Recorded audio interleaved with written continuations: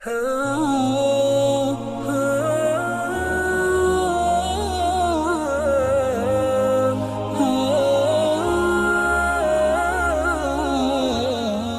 حضرت ابو بکر رضی اللہ تعالیٰ کو بولتے ہیں کہ تمہیں پتہ ہے تمہارے صاحب کیا کہتے ہیں؟ انہوں نے کہا کیا کہتے ہیں؟ انہوں نے کہا کہ وہ کہہ رہے ہیں کہ وہ رات ہی رات میں مکہ سے یروشلم گئے اور یروشلم سے آسمانوں پہ ہو کے رات میں ہی واپس آ گئے۔ تو حضرت ابو بکر کہتے ہیں کہ کیا واقعی محمد صلی اللہ علیہ وسلم نے یہ بات کی ہے؟ انہوں نے کہا ہاں بالکل انہوں نے یہ بات کی ہے۔ تو انہوں نے کہا اگر انہوں نے یہ بات کی ہے تو میں اس کی تصدیق کرتا ہوں کہ وہ بالکل سچے ہیں اور وہ سچ بول رہے ہیں۔ اور اس میں حیرت کی کون سی بات ہے کہ روز ان کے پاس سے اللہ کی طرف سے فرشتہ آتا ہے، تو ایک دن اللہ نے ان کو اپنے پاس آسمان پہ بلا لیا، تو اس میں کون سی بڑی بات ہے؟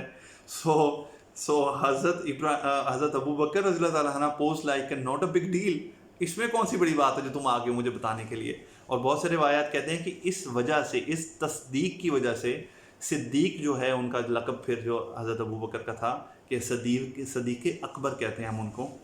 تو ان کا لقب یہ ہو گیا۔ ان کا تو کیا کہتے ہیں جو ایکسپیکٹیشن تھی اس سے وہ تو پوری نہیں ہوئی حضرت ابو بکر سے، اور جتنے مسلمان تھے ان سب نے اس چیز کو ایکسیپٹ کر لیا، کوئی بھی کویشچن کرنے نبی کریم صلی اللہ علیہ وسلم کے پاس نہ آیا۔ لیکن جو یہ قریش کے سردار تھے ان کی جو ہے وہ تسلی نہیں ہو رہی تھی۔ انہوں نے بولا ٹھیک ہے، مجھے بتاؤ، ہمیں بتاؤ کہ پھر آپ نے اگر یروشلم گئے ہو اور آپ کہتے ہو کہ میں مسجد اقصیٰ کے اندر بھی گیا، تو آپ بتاؤ اس کے دروازے کتنے ہیں، اس کی کھڑکیاں کتنی ہیں، اس کی سیڑھیاں کتنی ہیں، اس کی آرچز کتنی ہیں۔ اب کوئی بھی نارمل آدمی جب کہیں پہ کسی جگہ پہ وزٹ کرتا ہے تو کون ہم میں سے جا کے وہاں کی کھڑکیاں دروازے گنتا ہے؟ شاید کوئی گنتا ہی ہو، لیکن عام طور پہ ایسا نہیں ہوتا، نارملی کوئی نہیں گنتا۔ تو نبی کریم صلی اللہ علیہ وسلم کہتے ہیں کہ یہ ایک ایسی چیز تھی کہ جس کے بارے میں اتنا پریشان ہوا اور اتنا میرا دل تنگ ہوا کہ میں ان باتوں کا باوجود سچے ہونے کے کیسے جواب دوں۔ تو میں اب اسی کشمکش میں تھا کہ سبحان اللہ، اللہ تعالیٰ نے کیا کیا کہ اللہ تعالیٰ نے میری آنکھوں کے سامنے جیسے یروشلم کو پورا اٹھا کے میرے سامنے کر دیا، اور پھر وہ جیسے جیسے پوچھتے جاتے میں سامنے دیکھ دیکھ کے چیزوں کے ان کو جواب دیتا تھا۔ یعنی آئی ڈونٹ نو کس طرح سے، لیکن آج ہم شاید یہ چیز دیکھ سکتے ہیں۔ آپ نے دیکھا نا ہولوگرام کیسے کام کرتا ہے کہ آپ کے سامنے ایک چیز ایسے سامنے آ جاتی ہے جیسے ریالٹی میں ہے۔ اگر آج ہم ٹیکنالوجی کے ساتھ ہی کر سکتے ہیں تو اللہ تعالیٰ کے لیے کوئی 1500 سال پہلے کوئی یہ بہت بڑی بات نہیں تھی کرنا۔ تو اللہ تعالیٰ نے اس وقت، شاید اس وقت کے لوگوں کے لیے یہ ماننا اور یہ چیز کو ایکسیپٹ کرنا مشکل ہوتا، لیکن مجھے لگتا ہے کہ بہت ساری چیزیں آج کے ٹائم میں ہمارے لیے ماننا تو بہت آسان ہے کہ ہم لوگ اس کے اوپر خالی ایمان سے نہیں، عین الیقین سے، جسے کہتے ہیں نا کہ آنکھوں کے دیکھے ہوئے یقین سے جو ہے ایمان لا سکتے ہیں۔ تو آج ہمیں یہ چیزیں نظر آ رہی ہیں کہ یہ پاسبل ہے، یہ بالکل کیا جا سکتا ہے۔ تو اللہ تعالیٰ نے جو ہے وہ نبی کریم صلی اللہ علیہ وسلم کے سامنے جو ہے اس کو بیت المقدس کو سامنے کر دیا، اور نبی کریم صلی اللہ علیہ وسلم دیکھتے جاتے اور اس کے آنسر کرتے جاتے۔ اب ادھر سے بھی انہوں نے منہ کی کھائی کہ وہ ہر بات جو ایکوریٹ جو ہے وہ نبی کریم صلی اللہ علیہ وسلم بتاتے جا رہے ہیں۔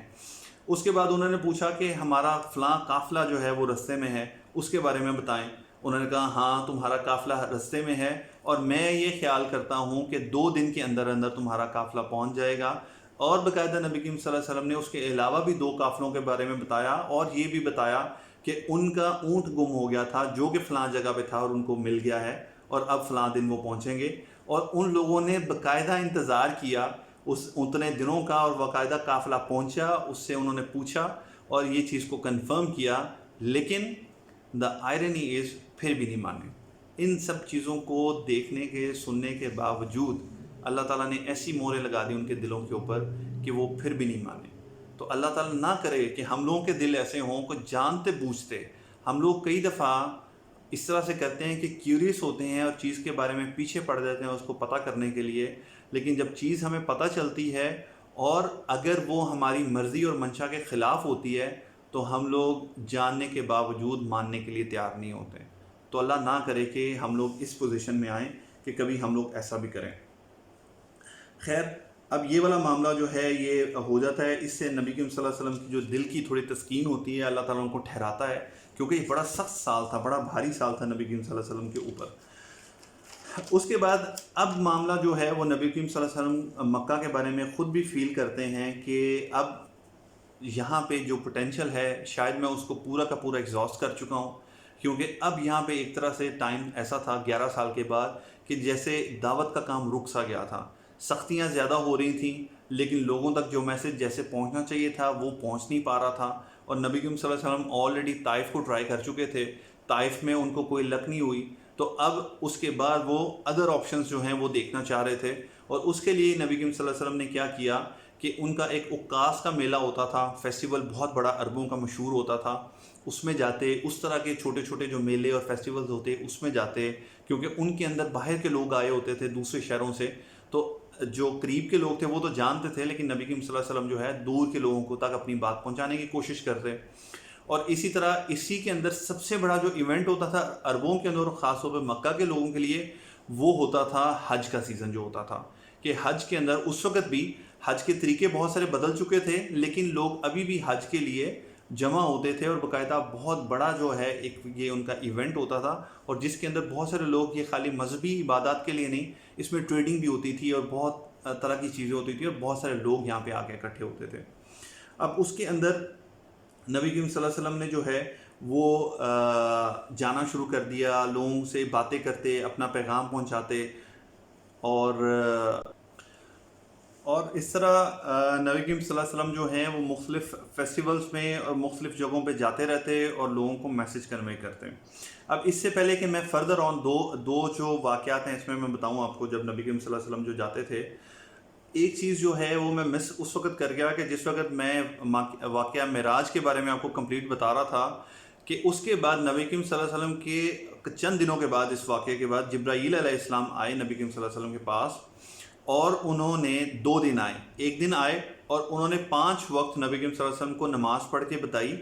اول وقت میں جو سب سے پہلا ٹائم ہوتا ہے، جو ٹائم سٹارٹ ہوتا ہے نماز کا، اور پھر دوسرے دن آئے اور پھر جو آخر ٹائم ہوتا ہے اس ٹائم کا انہوں نے بتایا نبی صلی اللہ علیہ وسلم کو، اس وقت اس نے نماز پڑھائی. تو یہ بیسیکلی ایک بریکٹ جو ہے یہ بتا دی گئی کہ یہ جو سٹارٹنگ ٹائم ہے نماز کا اور یہ اینڈنگ ٹائم ہے نماز کا، اس کے اندر اندر جو وقت ہے، ہر سرٹن نماز کا ایک اپنا وقت ہے، اور اس کے اندر اندر اس کو پڑھنا ہے. اور احادیث سے اور نریشن سے ہمیں پتہ چلتا ہے the best نماز is which is prayed in the earlier time. Time شروع ہوتے ہی اس کو اگر نماز کو پڑھ لیا جائے تو وہ سب سے بیسٹ ٹائم ہوتا ہے نماز کو ادا کرنے کا.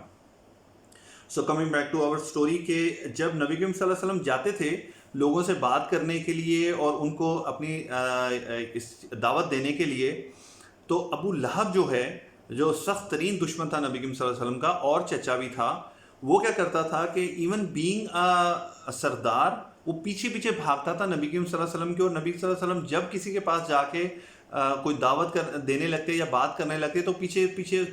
چیختا ہوا جاتا تھا کہ اس کی بات کوئی نہ سنے، اس کی بات کوئی نہ سنے، یہ پاگل ہے، اور اس کی بات کوئی نہ سنے، نعوذ باللہ. اب آپ خود سوچیں کہ کوئی دیکھنے والا خود اچھی طریقے سے ایزیوم کر سکتا تھا کہ پاگل جو ہے وہ کون ہے، وہ آگے بھاگنے والا ہے، آگے چلنے والا ہے، یا پیچھے بھاگنے والا ہے. تو ایون اس قسم کی چائلڈش قسم کی حرکتوں پہ وہ اتر آئے تھے نبی صلی اللہ علیہ وسلم کو صرف روکنے کے لیے، کہ وہ کسی نہ کسی طرح ان کو روک لیا جائے. خیر، اس میں کیا ہوتا تھا کہ جو مختلف لوگ تھے ان کے مختلف قسم کے رسپانس تھے. بہت سارے لوگ نبی صلی اللہ علیہ وسلم کی بات سنتے، کوئی رسپونڈ نہ کرتے. کئی لوگ جو ہیں وہ مذاق میں بات کو اڑا دیتے، اور کئی لوگ سرے سے، جب کفار ان کو پہلے سے ہی انفارم کر دیتے، وہ بات ہی نہ سنتے. ان میں سے لیکن ایک قبیلہ جو ایسا تھا کہ جو ہمیشہ نبی کریم صلی اللہ علیہ وسلم کی بات جب سنتا تو وہ اس کا جواب تو اس طرح نہ دیتا پازیٹیولی، لیکن کبھی بھی وہ اس کو ڈینائی نہ کرتا. اور وہ لوگ ہوتے تھے، نبی کریم صلی اللہ علیہ وسلم نے نوٹس کیا، یثرب کے. جو یثرب کے لوگ تھے، جس کو بعد میں مدینہ ہم کہنا شروع ہوتے ہیں، اس پہلے اس کا نام یثرب تھا. اس کی ریزن یہ تھی کہ وہ بہت زیادہ کلوز ان کے ریلیشنز تھے جوش کے ساتھ. بہت زیادہ جوش جو ہیں وہ مدینہ میں موو ہو گئے اور وہ وہاں پہ رہنا شروع کر دیا ان لوگوں نے. اور کہتے ہیں کہ جب بھی ان کے آپس میں کوئی ڈسپیوٹ ہوتا یا لڑائی ہوتی تو ہمیشہ کہا کرتے تھے کہ تم فکر نہ کرو، بس ایک نبی ہمارا آخری آنے والا ہے، جب وہ آ جائے گا تو ہم اس کے ساتھ ایمان لے کے آئیں گے اور اس کے ساتھ مل کے تمہیں لڑیں گے، تمہارے ساتھ لڑیں گے. تو ان کو ایک آخری آنے والے نبی کے بارے میں بڑی اچھی طرح سے ایک اندازہ تھا کہ جو نبی آنے والا ہے. لیکن ابھی تک نبی صلی اللہ علیہ وسلم کو کوئی ایسا رسپانس نہیں ملا. اب انہی یثرب میں سے ایک آدمی تھا سوید ابن صامت. نبی کریم صلی اللہ علیہ وسلم جب اس کے پاس گئے اور اس کو بتایا کہ میرے پاس کچھ ہے تمہیں بتانے کے لیے، تو اس نے کہا میرے پاس بھی کچھ ہے آپ کو بتانے کے لیے. تو نبی کریم صلی اللہ علیہ وسلم نے کہا اچھا چلو تم بتاؤ تمہارے پاس کیا ہے؟ تو اس نے کہا میرے پاس حکیم لقمان کے اقوال ہیں، ان کی سینگز ہیں۔ اب لقمان کے بارے میں سورہ لقمان ہے، اللہ تعالیٰ نے ذکر کیا، اور ہم لوگ جانتے ہیں کہ وہ نبی نہیں تھے لیکن ایک بہت ہی وائز آدمی تھے، اور اللہ تعالیٰ نے حتیٰ کہ قرآن کے اندر جو ہے ان کا ذکر کیا۔ تو نبی کریم صلی اللہ علیہ وسلم نے کہا اچھا تو بتاؤ۔ اس نے کچھ ان کی جو باتیں ہیں، کچھ سینگز ہیں وہ بتائیں۔ تو نبی کریم صلی اللہ علیہ وسلم نے کہا اب میں تمہیں وہ سناتا ہوں جو میرے پاس ہے۔ تو پھر نبی کریم صلی اللہ علیہ وسلم نے اس کو قرآن جو ہے وہ تلاوت کر کے سنایا۔ جب اس نے قرآن کو سنا تو وہ ایک دم خاموش ہو گیا، بالکل اس کو ایسے لگا کہ جیسے ہی اوور پاورڈ بائی دا قرآن، اور وہ کوئی بھی رسپونڈ نہیں کر سکا نبی کریم صلی اللہ علیہ وسلم کو۔ اور پھر ہمیں بعد میں روایات سے پتہ چلتا ہے کہ اس کے بعد وہ واپس جو ہے مدینہ میں چلا گیا، لیکن اس نے اسلام قبول کر لیا کہ وہ بعد تک جو ہے وہ اسلام کے اوپر قائم رہا، بتوں کی پوجا اس نے چھوڑ دی، لیکن نہ تو وہ اسلام کو پروپوگیٹ کر سکا، نہ وہ کسی کے اوپر ریویل کر سکا، کیونکہ بعد کے جو اس کے ساتھی تھے وہ صرف بتا سکے کہ وہ بدل گیا تھا آنے کے بعد، کہ اس نے وہ چیزیں چھوڑ دی کہ جو اسلام کے منافی تھیں۔ لیکن اس کے بعد مدینہ میں اس ٹائم میں بواس کے نام سے جنگیں جو ہیں وہ شروع ہو گئیں قبیلوں کے درمیان، بہت ہی ہیوی قسم کی یہ فائٹ تھی اور بہت ہی زبردست یہ جنگیں تھیں، اور اس کے اندر بے تحاشا لوگ جو ہیں وہ مر گئے تھے، جس کے بعد اس کو موقع نہیں مل سکا اور اسی جنگوں کے اندر اس کی بھی وفات ہو گئی۔ لیکن یہ ایک پہلی چیز تھی کہ جو مدینہ کے ساتھ کنیکٹ ہوئی ایمان کے حوالے سے۔ اس کے بعد دوسرے جو لوگ تھے وہ تھے بنو عامر کے لوگ، جو کہ یمن سے آئے۔ اچھا اب ان لوگوں نے کیا کہا کہ نبی کریم صلی اللہ علیہ وسلم کی ساری بات سنی، اور انہوں نے کہا کہ ٹھیک ہے ہم آپ کی ساری باتوں کو ایکسیپٹ کرتے ہیں، اور ہم اس چیز کے اوپر بھی آپ کے ساتھ الج کرتے ہیں کہ ہم آپ کو ساتھ لے کے چلیں گے، ہم آپ کی پروٹیکشن کریں گے، ہم ہر طرح سے آپ کا خیال رکھیں گے، لیکن ایک شرط ہے ہماری کہ جب آپ نہیں رہیں گے تو آپ کے بعد اس کا معاملہ جو ہے وہ سارا کا سارا ہمارے ہاتھ میں ہوئے گا، کہ جیسے ہم لوگ جو ہے وہ اس کے بعد اس چیز کو ٹیک اوور ہم لوگ کر لیں گے۔ تو نبی کریم صلی اللہ علیہ وسلم نے فرمایا کہ اس کا فیصلہ اللہ تعالیٰ کرے گا، کہ اس کے بعد اللہ تعالیٰ جو ہے وہ کس کے ہاتھ میں خلافت دیتا ہے یا کس کو چنتا ہے یا کون اس کے لیے اللہ تعالیٰ کو چوز کرتا ہے۔ میں اس پوزیشن میں نہیں ہوں کہ میں تمہارے ساتھ اس چیز کو کمٹ کروں۔ تو انہوں نے کہا کہ آج کے دن میں رزق ہم لیں، اور کل کو جب یہ ساری چیزیں سیٹل ڈاؤن ہو جائیں اور یہ دنیا پہ پھیل جائے تو اس کا فائدہ کوئی اور لے جائے، تو پھر ہمیں کیا فائدہ اس رزق کو لینے کا۔ سو مینلی بیسیکلی اس چیز کو بھی وہ دیکھ رہے تھے کہ دنیا کا فائدے کے طور پہ، لیکن نبی کریم صلی اللہ علیہ وسلم جو ہے یہ چھوٹے موٹے فائدوں کے لیے نہیں آئے تھے۔ نبی کریم صلی اللہ علیہ وسلم اللہ کے پیغام کو پہنچانے کے لیے آئے تھے وداؤٹ اینی کمپرومائز۔ نبی کریم صلی اللہ علیہ وسلم نے انکار کر دیا اور یہ بات یہیں پہ ختم ہو گئی۔ تو یہ ایک معاملہ یمن کے لوگوں کے ساتھ تھا جو کہ بالکل ختم ہو گیا۔ اس کے بعد اگلے سال حج کے موقع پہ، اور اس ایک سال کے دوران میں کیا ہوا، اس ایک سال کے دوران میں یثرب میں بہت زیادہ جو ہے وہ میں نے آپ کو جیسے بتایا کہ ہیوی قسم کی فائٹنگ ہوئی، بہت زبردست وار ہوئی، اور اس حد تک ہوا کہ وہاں کی جو لیڈرشپ تھی وہ ساری کی ساری ختم ہو گئی۔ اور آپ کو پتہ ہے کہ کسی جگہ کی جب لیڈرشپ ختم ہو جاتی ہے تو وہاں پہ کیا ہوتا ہے، کیاؤس ہوتا ہے، وہاں پہ افراتفری ہوتی ہے، کوئی لیڈرشپ نہیں ہوتی، جس کا جدھر کو دل چاہ رہا ہوتا ہے وہ ادھر چل رہا ہوتا ہے۔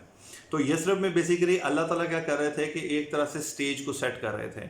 تو یثرب کے اندر، مدینہ کے اندر جو ہے وہ اس وقت سخت لڑائی تھی، اور لڑائی جب ختم ہوئی تو موسٹلی ان کے جو سردار تھے وہ سارے کے سارے جو ہے وہ قتل ہو چکے تھے۔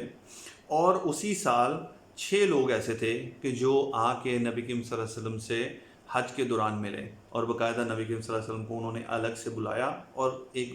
یہاں سے ایک نیا جو ہسٹری کا جو چیپٹر ہے وہ پھر سٹارٹ ہوتا ہے۔ تو کل انشاءاللہ ہم لوگ ان 6 لوگوں کا جو ہے انٹروڈکشن کریں گے۔ ایون ہماری ہسٹری جو ہے اس نے پریزرو کیے ان 6 لوگوں کے نام بھی، حتیٰ کہ ہمیں پتہ ہے کہ وہ 6 لوگ کون سے تھے کہ جو آئے اور جن کے بعد یہ ایک نیا چیپٹر جو ہے وہ سٹارٹ ہونے جا رہا تھا۔ تو انشاءاللہ پھر کل اس کو یہیں سے کنٹینیو کریں گے، تو پھر انشاءاللہ پھر کل ملاقات ہوتی ہے۔ انٹل دین السلام علیکم ورحمۃ اللہ۔